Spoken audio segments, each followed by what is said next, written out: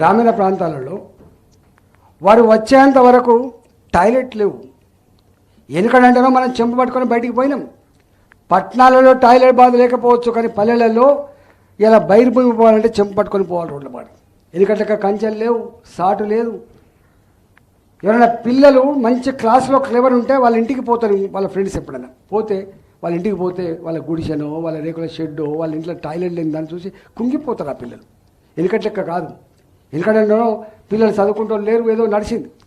కానీ అలాంటి భారతానికి, అలాంటి పేదలకి మొట్టమొదటిసారిగా స్వచ్ఛ భారత్ అనేటువంటి ప్రోగ్రాంను పెట్టి 12 కోట్ల ఇళ్లలో టాయిలెట్ కట్టించి గ్రామీణ ప్రాంత పేద మహిళల ఆత్మగౌరవాన్ని కాపాడిన బిడ్డ మోడీ గారు.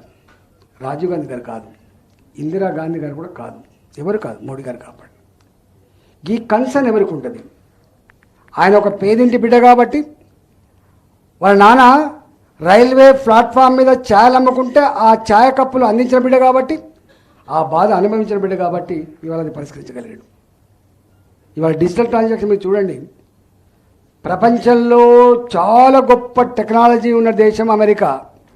అమెరికా లాంటి దేశంలో డిజిటల్ ట్రాన్సాక్షన్స్ అమలు కావడానికి 10 ఏళ్ళు పట్టింది. కానీ ఈ దేశంలో మోడీ గారి నాయకత్వంలో చదువురాని అంతరాలు ఉన్న ఈ దేశంలో, పేదరికం ఉన్న ఈ దేశంలో యథా రాజా తదా ప్రజ అన్నట్టుగా మోడీ గారి స్ఫూర్తిని అందిపుచ్చుకొని 3 ఏళ్లలోనే డిజిటల్ ట్రాన్సాక్షన్స్ సంపూర్ణంగా అమలు చేసిన దేశం భారతదేశంలో. నువ్వు ఎక్కడికైనా పోయి ఇవాళ ఒకప్పుడు 2000 రూపాయలు పట్టుకొని బస్సు ఎక్కితే చిల్లలే అని చెప్పి దించిపోయేది. 2000 రూపాయలు పట్టుకొని కూరగాయల కాడికి పోతే మీకు చిల్లలే అని చెప్పి బయటికి వెళ్ళకొట్టేది. కానీ ఇవాళ పరిస్థితి లేదు. సామాన్య ప్రజానికం అంటే ఎక్కడ కనెక్ట్ అయ్యింది మోడీ గారు? ఎక్కడ కనెక్ట్ అయ్యింది మోడీ గారు? నేను అంటున్నా, అసలు ఇంటర్నేషనల్గా ప్రపంచవ్యాప్తంగా చూస్తే మన దేశాన్ని ఏమని పిలుస్తారు? భారతదేశం అంటే పేద దేశం, 3rd వరల్డ్ కంట్రీ మేధావుల భాషలో. 1st వరల్డ్ కంట్రీస్ అంటే 2, అమెరికా అండ్ రష్యా.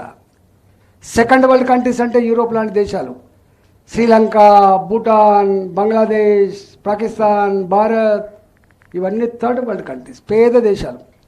ప్రపంచ బ్యాంక్ దగ్గర మోకరిల్లితే తప్ప, ఏషియన్ డెవలప్మెంట్ బ్యాంక్ లాంటి బ్యాంకులు భిక్ష పెడితే తప్ప రోడ్డు వేయని పరిస్థితులు ఉన్నటువంటి దేశాలు ఈ దేశాలు.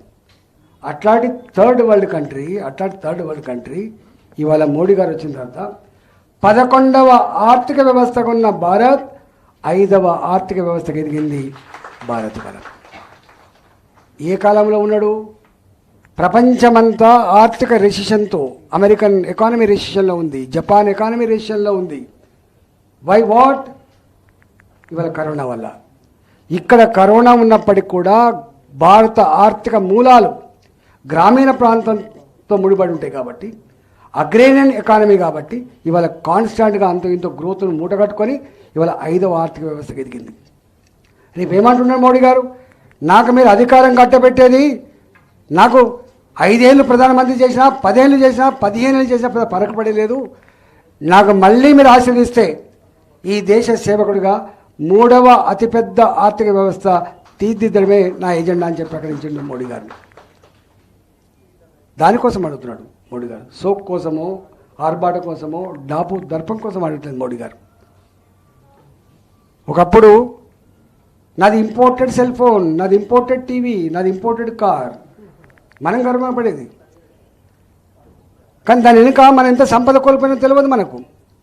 కానీ మోడీ గారు వచ్చిన తర్వాత నా దేశంలో యువశక్తి కలిగిన దేశం, చాలా క్వాలిటీగా ఉన్న దేశం, నా దేశం ఎందుకు ఇంపోర్ట్ చేసుకోవాలి, నా దేశమే ప్రపంచానికి ఎక్స్పోర్ట్ చేసే స్థాయికి ఎందుకని చెప్పి made in India, make in India slogan ఇస్తే దాన్ని తూచా తప్పకుండా అమలు చేసి, మీకు తెలుసో తెలియదో ఇలా రక్షణ రంగ పరికరాల ఉత్పత్తిలో ప్రపంచానికి సప్లై చేసే దేశంగా భారత్ ఎదిగింది. గుర్తుపెట్టుకోండి. ఇవాళ సెల్ ఫోన్ ఉత్పత్తిలో, సెల్ ఫోన్ మ్యానుఫ్యాక్చరింగ్ రంగంలో ఇవాళ ప్రపంచంలో 2వ స్థానం సంతరించుకున్నది భారతదేశం. వాళ్ళు గుర్తుపెట్టుకోండి. ఇవన్నీ ఉత్తగా రాలేదు. ఇవాళ ఇన్ఫ్రాస్ట్రక్చర్ డెవలప్మెంట్లో అసలు నక్కకు నాగలోకానికి తేడా. అసలు అబ్దుల్ కలాం ఒక మాట చెప్పేది, కళలు గనాలే పిల్లలారా, కళలు చాలా పెద్దగా ఉండాలి అని చెప్తాడు. ఇవాళ మోడీ గారి ఆలోచన 1947 to 2014 how many kilometres of national highways ఇవాళ ఎన్ని ఉన్నాయి ఒకసారి లెక్క పెట్టండి. Double with in 10 years double అయినాయి. 11 కిలోమీటర్ల నేషనల్ హైవేస్ నిర్మాణానికి మారక నిల్వలు డబుల్ స్థాయికి పెంచుకున్నది భారత్, గుర్తుపెట్టుకోండి. మొన్న ఒక ఆయన ఆర్టికల్ రాసిండు, ప్రపంచంలో ఏ దేశానికైనా అవసరం పడితే ఆదుకోగలిగే శక్తి భారత్కు ఉంది తప్ప భారత్కి ఏదైనా అవసరం పడితే ఆదుకునే శక్తి ఏ దేశంలో అని చెప్పింది. భారత్ ఇవాళ గా స్థాయిలో ఉంది. ఒకనాడు ఇదే అమెరికా అబ్దుల్ కలాం పోతే అవమానపరిచింది ఎయిర్పోర్ట్లో. ఇదే మోడీ గారికి వీసా ఇవ్వమంటే అవమానపరిచింది. ఈయన ఒక పెద్ద టెర్రరిస్ట్ అని చెప్పి వర్ణించింది. కానీ అదే అమెరికా ఇవాళ వాళ్ళ పార్లమెంట్లో మాట్లాడిస్తున్నప్పుడు వాళ్ళ సెనేటర్లు, వాళ్ళ పార్లమెంట్ సభ్యులు లేచి సప్పట్టు కొట్టే స్థాయికి ఎదిగింది భారత్ అని చెప్పి మనం చేస్తున్నా. That is Bharat today. అసలైన తొలి వెలుగు. ఫాలో వాట్సాప్ @తొలి వెలుగు అఫీషియల్.